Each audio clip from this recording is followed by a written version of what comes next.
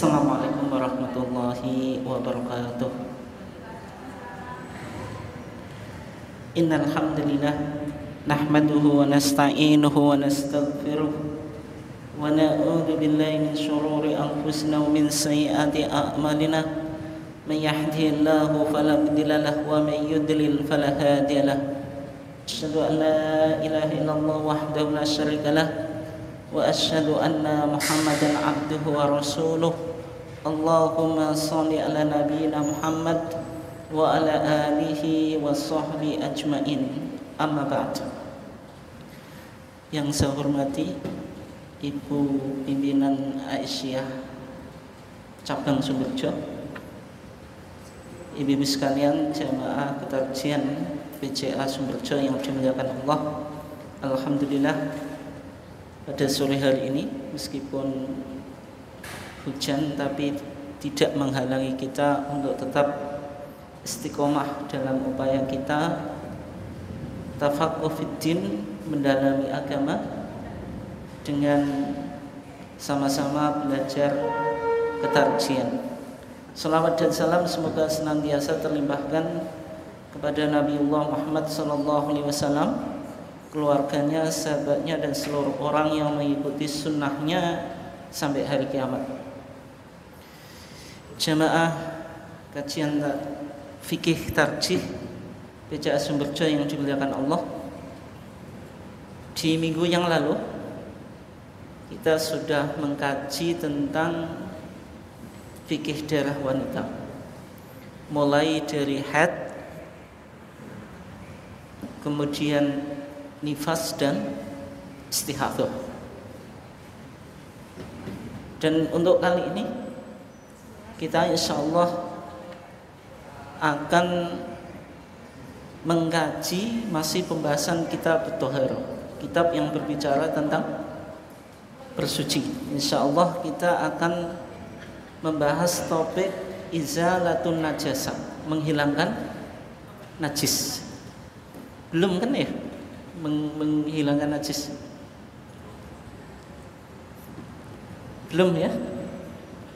Atau sama-sama lupa? Belum. Halaman 51. Halaman 51. Yang jenengan bawa HPT bisa dilihat halaman apa? 51. 51. Betul ya? Ada menghilangkan najis. Maksudnya halamannya sama kan ya dengan milik saya. Soalnya ada yang beda. Izalatun najasa, menghilangkan najis. Thaharah itu apa? Bersuci. Secara syar'an atau secara istilah yang disebut thaharah itu raf'ul hadas, mengangkat apa? Hadas. Yang kedua, wa izalatun najasa, menghilangkan najis. Raf'ul hadas, mengangkat hadas, sudah kita kaji. Hadas itu sifat yang ada di dalam badan yang menghalangi seseorang sah melakukan apa? Salat. Itu yang disebut dengan apa? Hadas.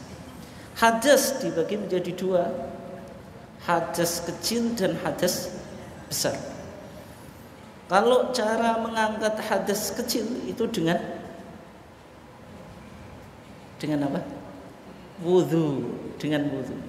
Kalau mengangkat atau menghilangkan hadas besar dengan apa? Mandi. Ini semuanya sudah kita kaji, ya kan? Nah, kita sudah belajar wudu, sudah belajar apa? Mandi. Wudu dan mandi itu medianya air. Tetapi bagaimana kalau kita tidak mendapatkan air atau tidak bisa memakai air? Kita tayamum. Itu apa? Tayamum. Sehingga tayamum itu menghilangkan hadas kecil dan hadas besar. Kalau tayamum untuk dua-duanya. Tapi kalau wudu hanya hadas kecil. Kalau mandi hadas besar. Misalnya orang berhadas kecil itu kentut, Atau bukan ya, misalnya junub gitu. Orang junub itu kemudian wudhu saja, bisa sholat atau enggak? Enggak bisa, karena itu hadas besar. Itu semuanya sudah kita kaji. Nah, kita sekarang mengkaji pengertian toharoh yang kedua, yaitu apa? Izalatun najasa, menghilangkan najis. Jadi toharoh itu cuma maknanya dua. Raf'ul hadas, mengangkat hadas. Hadas ada kecil, ada besar. Hadas kecil dengan wudu, hadas besar dengan mandi. Nah, sekarang kita mengkaji bagian toharoh yang kedua, yaitu izalatun najasa, menghilangkan najis. Kalau hadas itu sifat, sehingga orang yang berhadas mau menghilangkan atau mengangkat hadasnya itu butuh niat. Butuh apa? Niat. Kita wudu wajib niat atau enggak? Wajib. Mandi wajib. Tayamum wajib. Tapi kalau orang menghilangkan najis wajib niat atau enggak? Jenengan kalau apa Pak Bu? Pak apa Bu?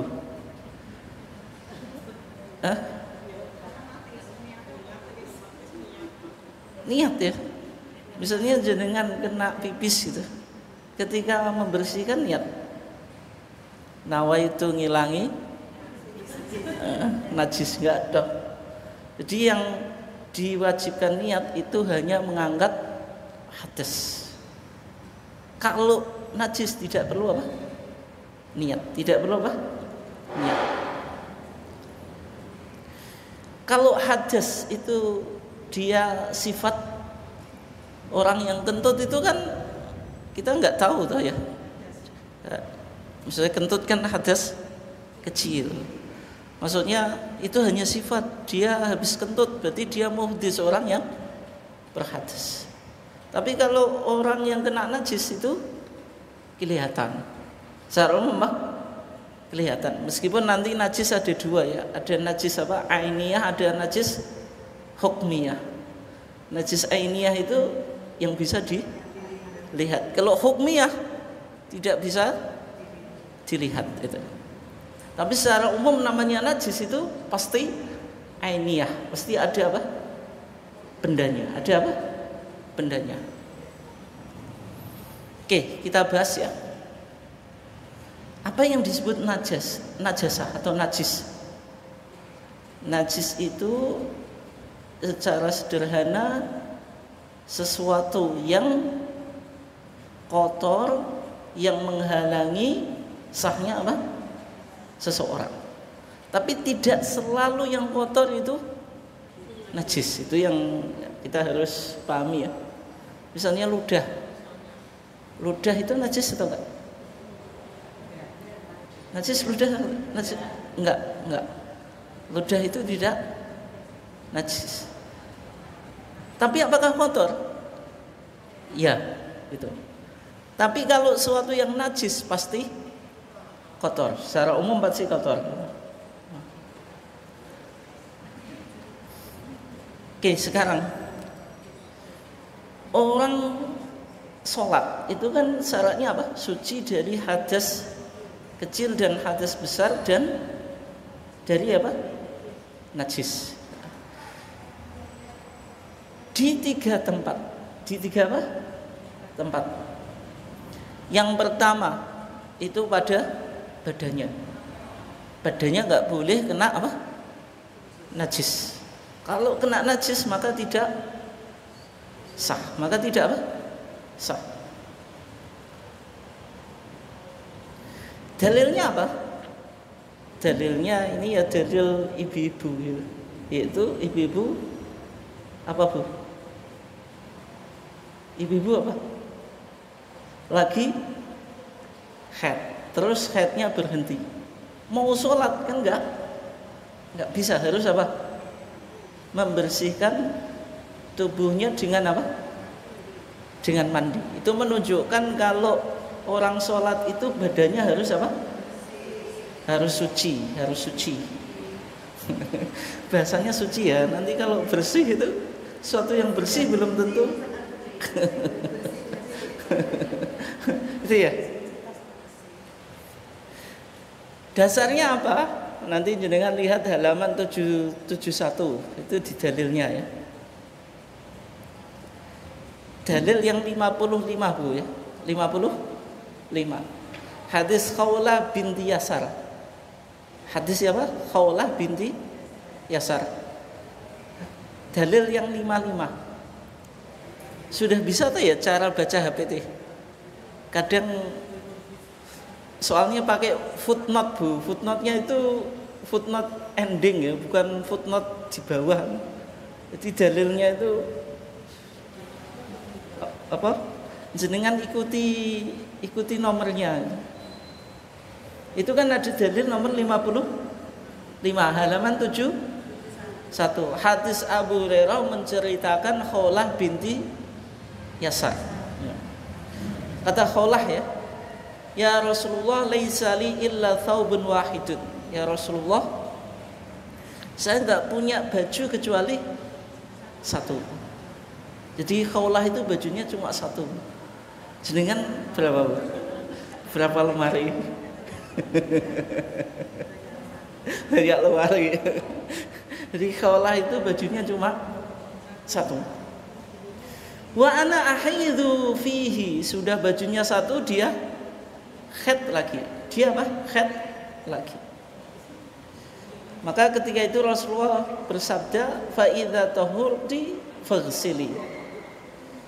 Kalau engkau sudah suci, faghsili suruh apa?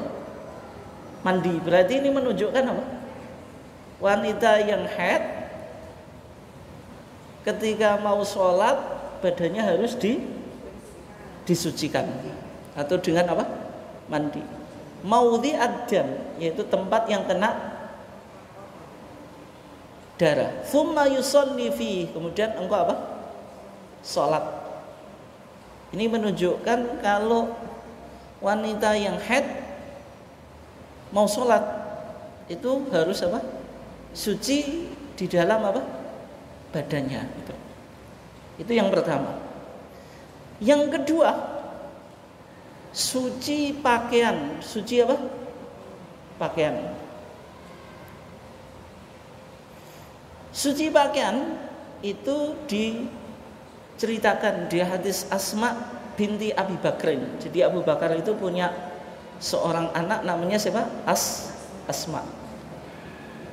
Dalil yang 53 Bu. Itu atasnya.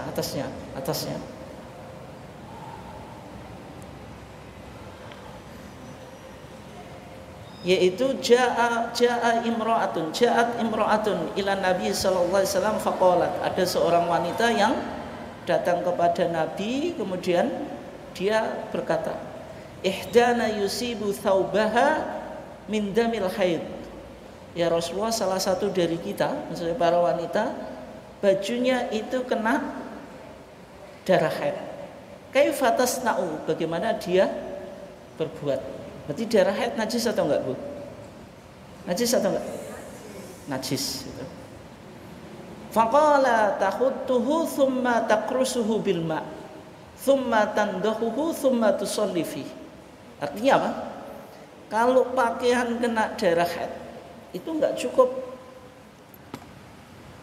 di apa Bu? Dituangi air saja, harus diucek. Misalnya ada pakaian jenengan kena darah haid itu, dimasukkan ke bak, langsung diangkat tanpa diucek. Boleh atau enggak? Enggak boleh, harus dibersihkan atau diucek gitu. Itu caranya. Tidak cukup apa? Dimasukkan ke dalam air. Ini kan bicara tentang apa? Baju. Berarti baju yang digunakan untuk sholat harus apa? Suci. Gitu. Yang ketiga, yaitu tempat sholat harus apa? Suci. Kalau tempat sholat tidak suci, nggak boleh digunakan untuk sholat. Dalilnya apa? Dalilnya hadis A'rabiyun. A'rabiyun itu orang Arab Badui. Orang Arab Badui itu orang Arab yang dari desa. Di Mesir, Bu, di Mesir itu ada kampung namanya Kampung Arab. Kalau Kampung Arab itu kayak bahasa kita itu kayak suku Samin.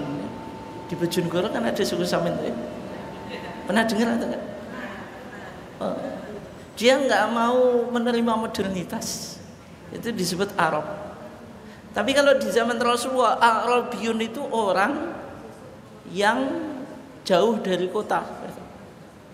Tidak di kota apa? Madinah. Ja'a Arabiyun ila Nabi sallallahu alaihi wasallam. Ada orang Arab, yaitu orang Arab Badui, datang kepada Nabi. Masuk masjid apa? Madinah. Fabala fi ta'ifatil masjidi. Karena orang desa itu kalau kencing kan sembarangan. Di kota Madinah itu mau kencing di pojokan masjid yang langsung apa? Kencing gitu. Sahabat yang lain itu tahu gitu. Fazajarahun nas. Bahasa kita mau diusir gitu. Terus sekarang disorai. Kalau sekarang ada orang kencing di masjid itu sama takmir masjid kira-kira diapain, Bu? Dibelentong atau di yang tahu pasti yang gorak gitu. Dimarahi pasti.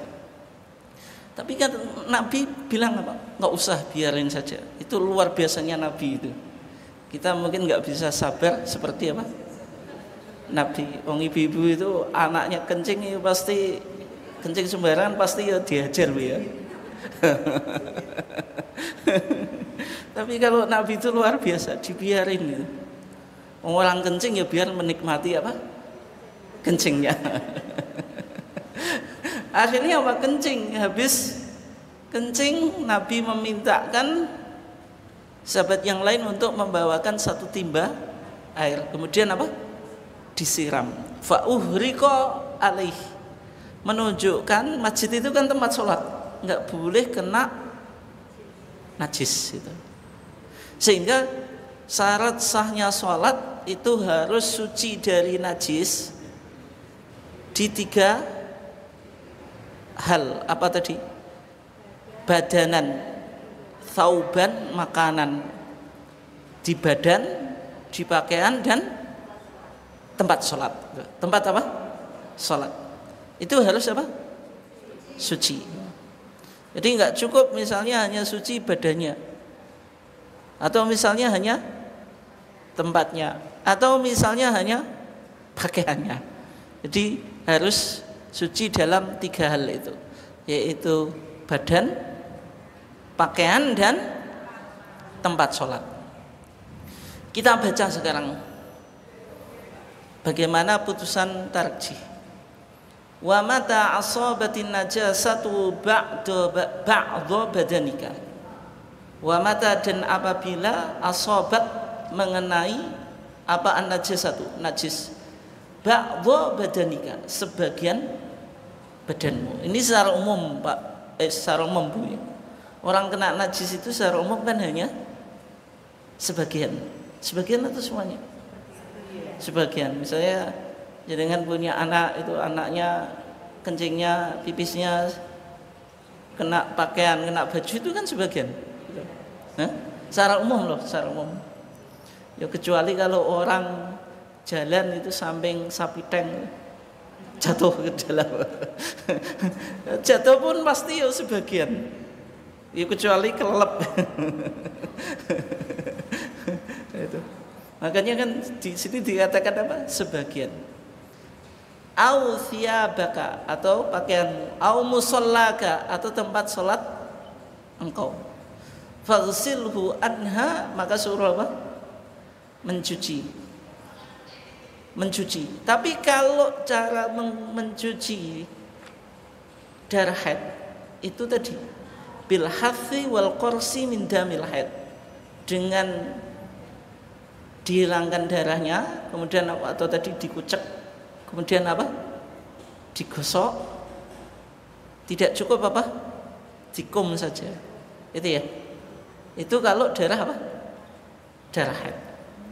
Di hadis tadi Asma binti Abi Bakrin. Cara menghilangkan najis itu harus hilang 3 sifat. 3 apa? Sifat. Yang pertama bau, rih. Yang kedua laun, warna. Yang ketiga to'mun, yaitu rasa. Jadi warna, rasa, bau atau bau, warna, rasa. Launun, warihun, wa to'mun. Ini harus apa? Hilang. Jadi kalau pipis itu warnanya biasanya kuning. Kuning kan? Baunya pesing gitu. Berarti kalau dia kena pipis kok dibasuh kok masih pesing, itu belum bersih, belum serius itu. Tapi yang menjadi permasalahan, Bu, kalau wanita haid kemudian darahnya kena ke pakaian, apalagi pakaiannya kainnya putih, bisa hilang atau enggak, Bu? Dari 3 sifat. Bau bisa hilang? Bisa. Rasa? Bisa. Yang enggak bisa apa? Pakai Baclean enggak bisa ya? Oh, pakai sabun mandi. Sabun mandi lebih ampuh daripada Baclean ya. Tapi kalau misalnya kan delomoknya jek toh, Bu. Delomoknya kan masih, apalagi kainnya apa? Putih. Itu dianggap suci atau enggak? Kok suci? Wong tadi kan harus 3 tadi. Berarti warnanya kan belum hilang itu.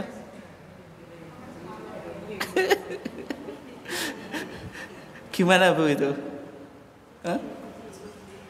Gimana itu? Yang semacam itu ma'fuun. Ma'fuun itu apa? Dimaafkan. Gitu. Dimaafkan. Sesuatu kalau ya susah itu pasti dimaafkan. Tapi kalau sedikit itu harus disucikan. Dalam kaidah semacam itu. Jadi idza dhaqal amru ittasa'a. Kalau sesuatu itu sempit maka dia akan meluas. Wa idza ittasa'a dhaqa. Kalau itu sesuatu itu luas pasti akan dipersempit. Kalau kita kena najis dikit aja itu pasti suruh mensucikan. Tapi kalau banyak sekalian itu bisa jadi dimaafkan. Misalnya masjid ini tadi ada anak kecil perempuan, misalnya yang pipis kakinya itu kena kemana-mana. Kita bersihkan yang kita bisa identifikasi apa? Jejaknya. Yang lain bisa jadi apa? Kakinya kena najis, kemudian kita buat sholat, sah atau enggak? Ya? Sah. Jadi semampu kita. Ya. Itu ya. Kenapa? Karena susah untuk dihindari. Itu ya. Nah, terus dalilnya tadi apa? Hadis Khawlah binti Yasar itu, Bu. Tadi kan kita belum baca semuanya. Jadi Khawlah binti Yasar itu hanya punya 1 baju. Sudah punya 1 baju, haid lagi. Kata Rasulullah, kalau sudah engkau suci, yang kena darah suruh apa? Membersihkan. Terus buat apa? Sholat. Tapi Khawlah itu karena bajunya 1, Bu. Dia mau salin nggak punya kan gitu. Sudah 1, bekas darahnya lagi nggak bisa hilang karena dulu belum ada nggak tadi Baclean. Tapi kalau sabun ada, Bu, sabun ada. Nah itu. Dia bilang, ya Rasulullah, illam yakhruj atharuhu. Saya sudah cuci ya Rasulullah, tapi bekasnya itu masih. Kata Rasulullah apa? yakfiki al-ma'u, air mencukupi engkau, wala yadhuruki atharuhu, maka bekas darah itu tidak mengapa. Sehingga kalau wanita haid misalnya bajunya kena darah meskipun masih kelihatan warnanya, itu tidak apa-apa. Itu ya. Oke. Berarti intinya sesuatu yang kena najis itu harus dihilangkan 3 sifat, yaitu warna, rasa, bau. Dengan apa? Bil ma'it tahur, dengan air yang, jadi dalam bahasa Arab ada istilah tahur, ada tohir.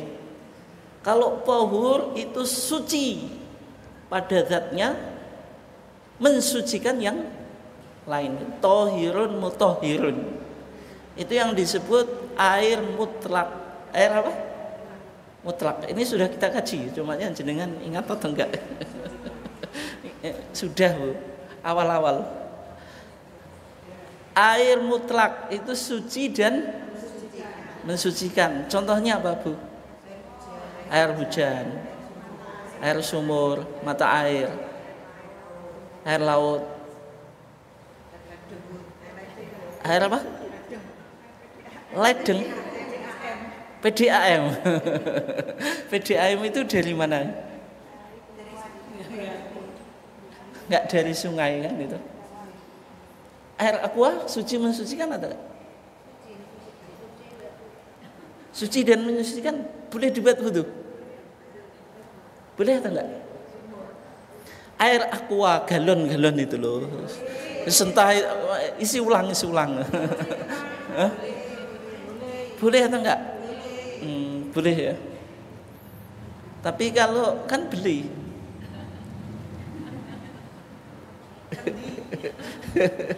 boleh. Jadi enggak apa-apa. Tapi kalau pertimbangannya ini kan beli, ya berarti kalau misalnya enggak ada air yang lain kecuali air aqua atau isi ulang, itu ya boleh dibuat wudu gitu. Atau buat untuk mencuci pakaian. Tapi kalau air apa tadi? Air panas bisa mensucikan atau enggak? Bisa, tapi makruh. Kenapa Bu? Kok makruh?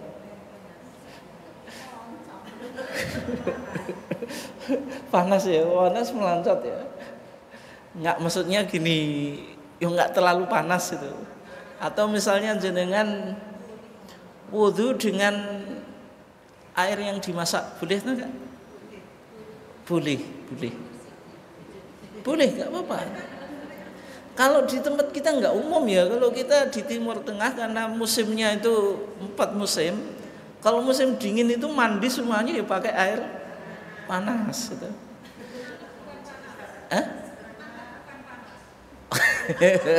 Ya Bu, air hangat. Yo kalau panas bulat-bulat yo gimana Bu pakainya? Iya tuh. Itu berarti suci dan mensucikan, disebut air mutlak. Ada air yang dia tidak bisa mensucikan. Misalnya air teh itu sudah tidak air mutlak, dia suci tapi tidak bisa mensucikan. Jenengan wudu pakai air teh, boleh atau enggak Bu? Air kelapa. Air kelapa itu suci. Air kelapa banyak buat wudu gitu. Lebih baik berikan saya.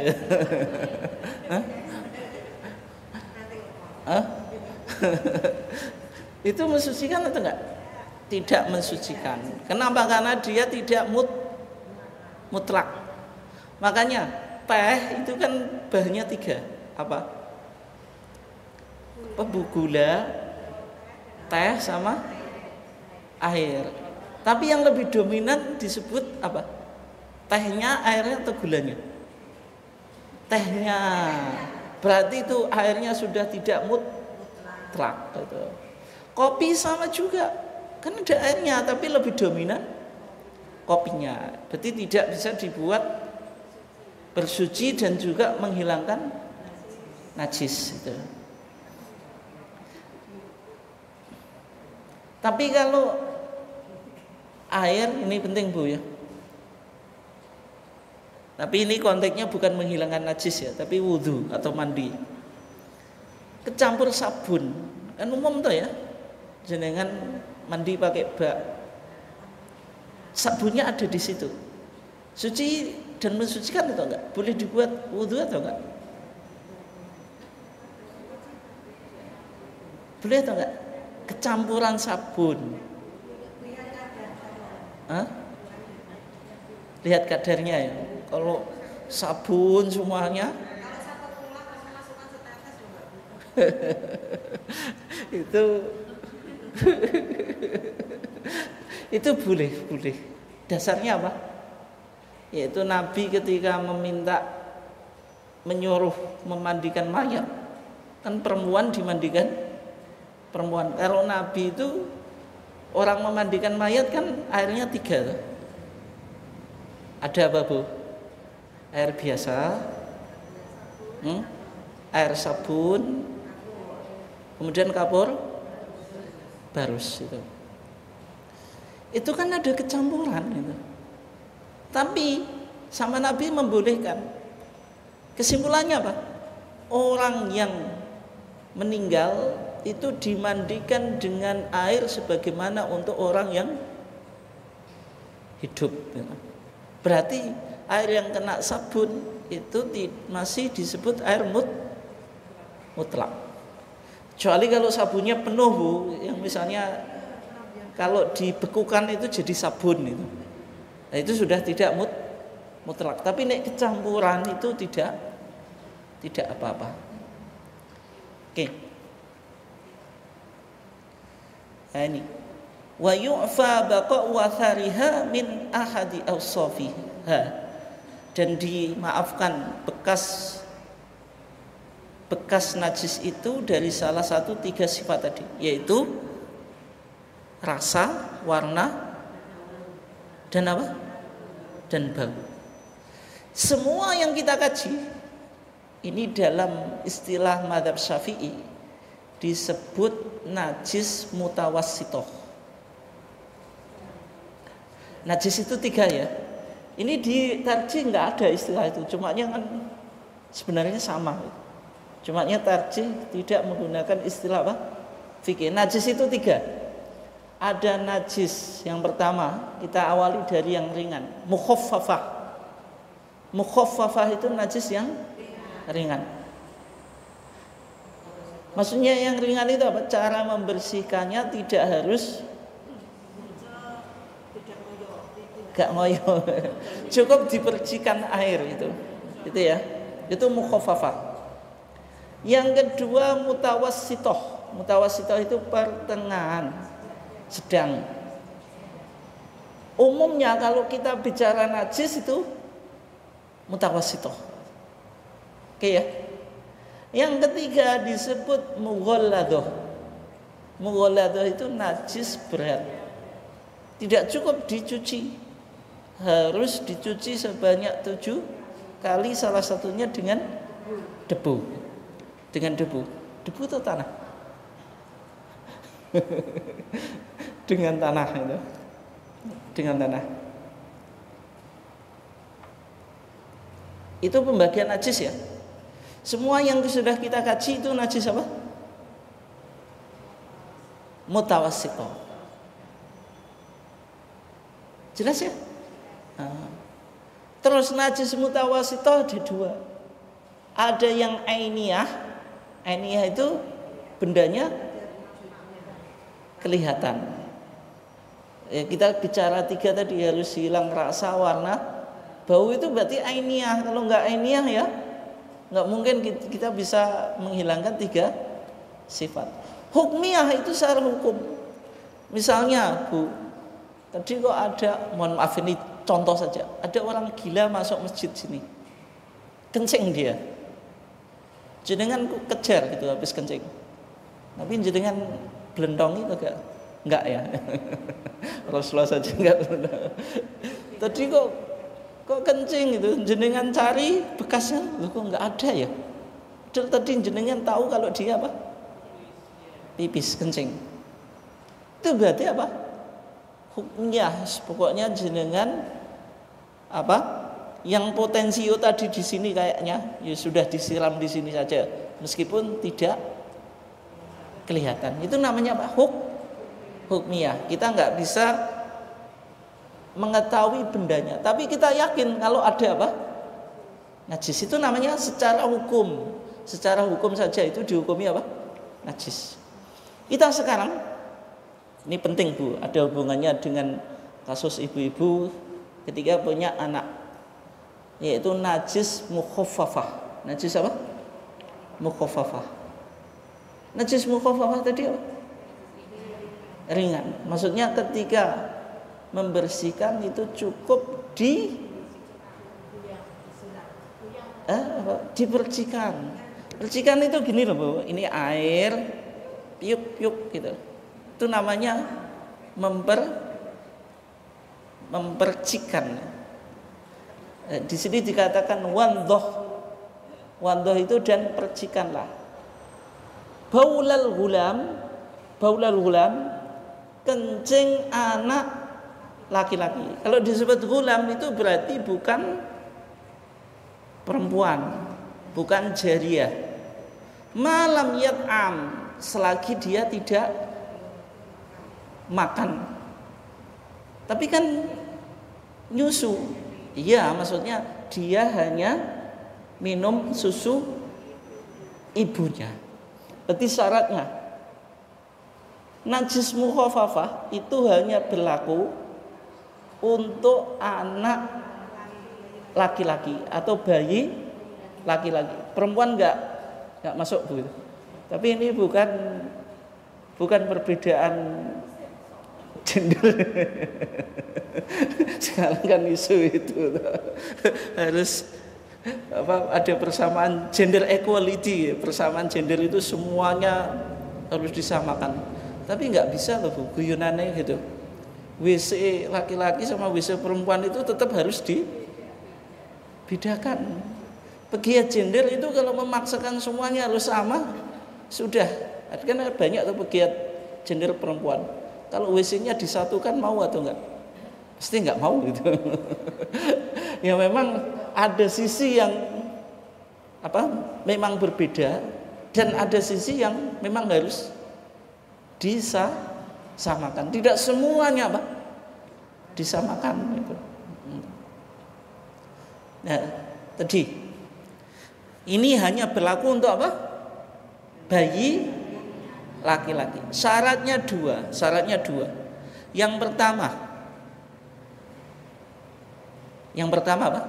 Dia belum makan. Maksudnya hanya mengkonsumsi ASI, air susu ibu.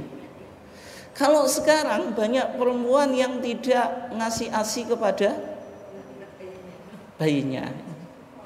Nah, diganti susu apa Bu? Air susu ASI, air susu formula ya. Air susu sapi. Ketika air susu sapi itu bukan ASI, ASS, air susu sapi, atau ASK, air susu kaleng. Berlaku atau enggak? Maksudnya bayinya itu bocah laki-laki itu kencingnya disebut mukhaffafah atau enggak? Kenapa enggak Bu?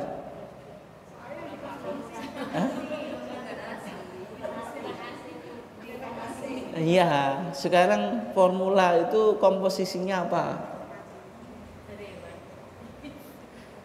Apa Bu? Jenengan kalau beli formula nggak tahu ya komposisinya apa? Ya itu memang ada air susu sapi, tapi kan hanya berapa persen lah ya? Ada tepungnya, pasti ada gulanya. Sama dengan makan atau enggak? Sama. Sehingga kalau bukan ASI itu tidak berlaku mukhaffafah. Itu ya. Dan ini penting loh Bu, penting. Problem, mohon maaf ini, jenengan boleh sepakat boleh enggak lah. Sekarang wanita banyak berkarir itu kadang-kadang anaknya jadi korban. Banyak orang ibu mau buat anak tapi nggak mau apa?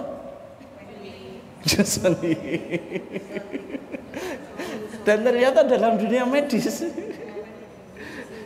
itu berbeda kualitas susu kaleng dengan susu ibu. Makanya sekarang ada transfer itu kan ya, atau apalah itu di itu ya, dikeluarin nanti itu sudah ada alatnya gitu ya. Ya. Ini syarat yang pertama. Yang kedua syaratnya usia bayinya belum lebih dari 2 tahun. Kenapa 2 tahun?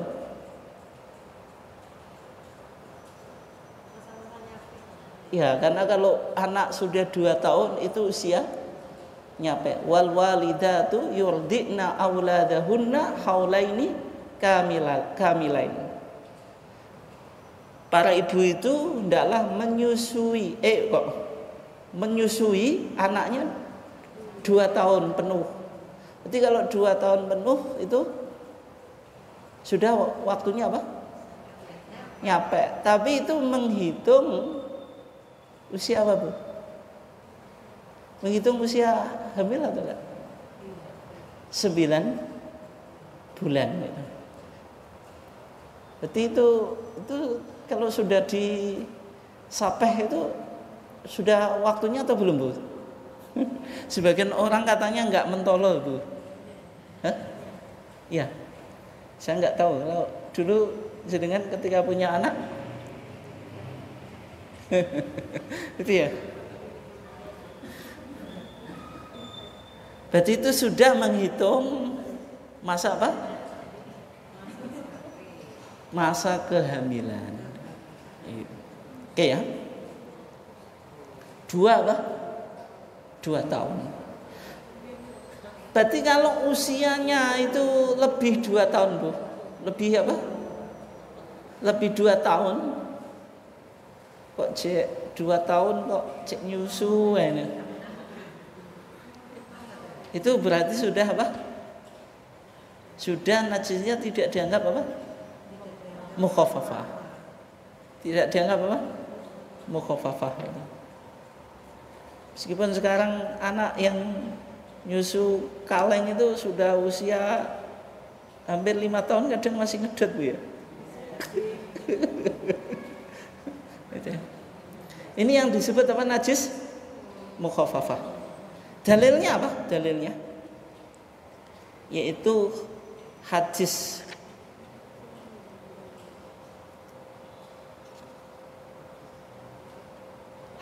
halaman 72, Bu. Halaman 72 nomor 56, yaitu hadis Ummu Qais binti Muhson. Ini penting Bu ya. Kalau ini penting untuk jenengan tunjukkan ke suaminya jenengan. Kalau tadi kan banyak bicara wanita, ini banyak bicara apa? Laki-laki. Annaha atat bi ibnin. Ummu Qais binti Muhson ketika ia sowan kepada Rasulullah itu bawa anak. Bi ibnin. Ibnin itu anak laki-laki. Kalau perempuan itu bintin. Laha miliknya sohirin yang masih kecil. Lam yaqulit ta'am, dia belum makan makanan, berarti masih apa? Minum ASI ya. Ila Rasulillah, kepada Rasulullah. Fa'ajlasahu fi hijrihi. Maka Rasulullah tahu anak kecil itu suka atau enggak? Suka atau enggak? Suka. Ya, karena ini kan sifat naluri apa? Manusia. Rasulullah tahu anak kecil itu ya suka. Bawaannya apa? Naluri manusia ya pingin gendong gitu. Jadi maksudnya penting, banyak suami yang nggak mau gendong anak. Takut apa? Takut PVC. Tapi sekarang kan sudah ada Pampers gitu. Tapi kan nggak selalu pakai Pampers kan itu. Biasanya kan nggak mau. Fabala ala thawbihi. Terus anak kecil itu kencing kena bajunya siapa? Rasulullah. Berarti Rasulullah manusia yang mulia itu pernah dikencingi bayi atau enggak? Pernah atau enggak? Pernah. Tapi ada suami yang sekarang itu enggak mau di BBC apa?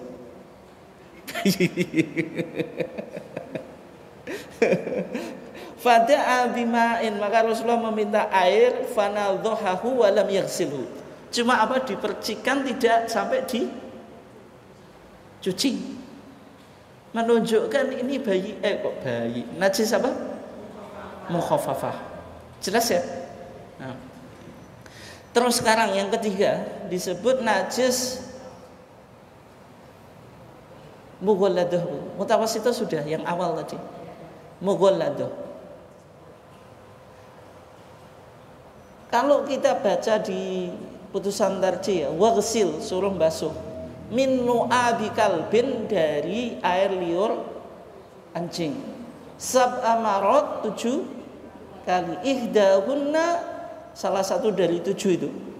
Nanti ada riwayat pertama kali atau terakhir. Bitura bitohir, dengan debu atau dengan tanah yang bersih. Terjemahnya kok debu ya? Memang bahasa Indonesia juga debu juga ya, tanah. Mestinya tanah ya. Ini loh di HPT itu 7-51 itu loh. Kalau turab ini memang debu. Tapi maksudnya tanah yang berdebu, cumanya ngambil debu dari tanah itu, mungkin maksudnya gitu. Artinya yang pertama atau yang ke-7 ini disebut najis mughalladah. Kenapa kok mughalladah? Karena nggak cukup 1 kali basuhan atau cucian, tapi harus 7 kali. Harus apa? 7 kali. Kita coba lihat dalilnya ya, sebelum saya bahas. Hadis Abu Hurairah, tahuru ina'i ahadikum, sucinya bijana seseorang di antara kamu, idza walagha fihil kalbu. Ini penting Bu. Idza, apabila, walagha, menjilat, fihi, di dalam bijana, al kalbu, anjing. Karena anjing itu ketika minum itu menjilat. Nek jenengan nggak tahu anjing ya kucing itu sama. Kucing itu kalau minum itu dijilat Ibu. Nggak kayak kita, kalau jenengan ini kan minum air glok-glok-glok gitu. Nggak bisa, kucing glok-glok gitu nggak bisa. Dia apa? Dikit. Kasih sedotan bisa Bu, juga bisa. Itu anjing ya. Anjing sama dengan kucing. Jadi anjing itu ketika minum itu menjilat. Antara minum dengan menjilat itu lebih umum mana Bu? Lebih umum minum. Kalau orang minum jilat iso, jenengan jilat iso, tapi kesuwen. Tapi kalau hewan yang menjilat dia nggak bisa, kecuali ini dipaksa. Dipaksa kan bukan kehendak dia. Kucing dikasih air kan tetap masuk itu, tapi dia ketika minum pasti apa? Menjilat. Ayaghsilahu sab'a marot, ia dicuci, ia mencucinya 7 kali. Ulahunna biturab, yang pertama pakai apa? Debu. Wali Tirmidzi, dan menurut dan riwayat Tirmidzi, ulahunna au ukhrahunna biturab, permulaan atau yang penghabisan. Jadi 7 itu boleh yang pertama atau yang terakhir. Maksudnya apa? Airnya dicampur dengan tanah. Dengan apa? Tanah. Jangan debu lah, tanah itu. Tapi bahasa tarjih debu. Suka gimana Bu? Gimana?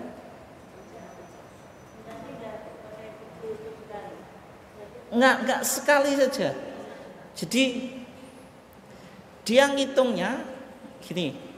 Misalnya tangan saya kena jilatan apa? Anjing.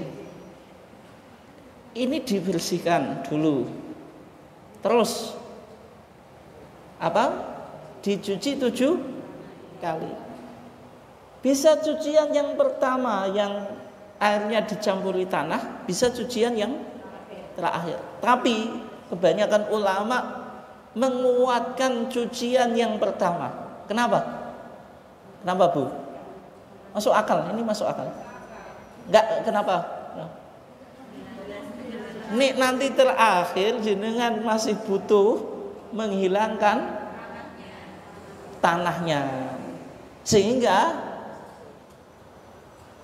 dianjurkan cucian yang pertama. Yang kedua, tanah ini meskipun butuh penelitian ya, itu bisa membunuh bakteri. Hikmah dari ini loh. Sehingga Rasulullah ketika kita belajar mandi dulu, ketika Rasulullah habis cebok, itu tangannya itu digosokkan ke tanah. Meskipun pandangan tarjih sekarang tidak harus pakai tanah, bisa pakai apa? Sabun. Tanah itu bisa membunuh apa? Bakteri. Kalau kita mencucinya dengan tanah itu yang pertama, maka bakteri itu akan mudah hilang. Karena di awal beda dengan yang akhir. Bisa dipahami ya? Nah, gitu. Oke, sekarang yang menjadi pertanyaan, masih kan waktunya? Nah, tinggal ini saja. Sesuai pembahasan tentang anjing ini. Anjing itu yang najis air liurnya saja atau semua badannya?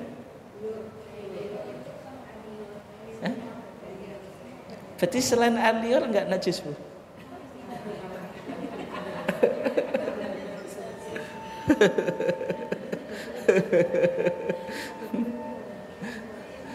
Ada yang memahami gini, Bu, ada yang memahami hanya air liurnya saja, ada yang memahami semua anggota badannya gitu. Tapi kalau mazhab Syafi'i itu semuanya, Bu. Anjing itu makanya disebut an-najasa al-qalbiyah, najis anjing. Sehingga tidak hanya air liurnya. Tapi di hadisnya hanya menyebutkan air liur. Karena dianggap kalau air liurnya saja najis, berarti semuanya najis gitu. Ini kalau mazhab Syafi'i. Tapi kalau mazhab Maliki, Bu, meskipun ini hanya pengetahuan saja, jenengan nggak usah amalkan. Mazhab Maliki itu anjing itu nggak najis, suci. Ketika saya di Mesir itu teman saya, ya, teman Al-Azhar gitu, dia juga punya anjing gitu. Ketika saya main ke rumahnya itu, kan aneh tuh, bagaimana orang Islam kok punya anjing gitu. Karena dia mazhabnya bukan Syafi'i, mazhabnya Maliki gitu. Tapi kalau di tempat kita nggak umum lah gitu, nggak umum kan orang punya apa? Anjing. Tapi kalau di pasar ini masih, Bu, ya? Saya nggak tahu ya. Nggak ada juga ya? Nggak ada. Berarti semuanya apa? Najis. Kalau dalam mazhab apa? Syafi'i. Nah, kenapa mazhab Maliki kok memahami bukan najis, Bu? Hadisnya itu berkaitan kalau anjing itu jilat di tempat air. Mana hadisnya menjelaskan kalau anjing itu menjilat manusia? Kan enggak loh. Tapi sama jumhur ulama termasuk mazhab Syafi'i dipahami karena menjilat bijana itu kan mengotori airnya. Meskipun konteksnya itu menjilat bijana atau tempat air, tapi bukan berarti hanya berlaku untuk bijana atau tempat air. Termasuk juga ketika anjing itu menjilat yang lain, misalnya menjilat tubuh kita atau pakaian kita, dicuci ya, Pak, 7 kali gitu. Oke, berikutnya, kalau jenengan belajar mazhab Syafi'i dulu, najis mughaladah itu apakah hanya anjing? Anjing atau enggak, Bu? Masih ingat atau enggak dulu? Enggak hanya anjing, tapi juga ada khinzir. Khinzir itu apa? Babi. Babi sama anjing itu disamakan najis, keduanya disebut najis apa? Muwaladu. Atau sesuatu yang lahir dari anjing atau babi. Ini contoh meskipun nggak mungkin. Misalnya kok anjing sama kucing itu nikah bareng gue.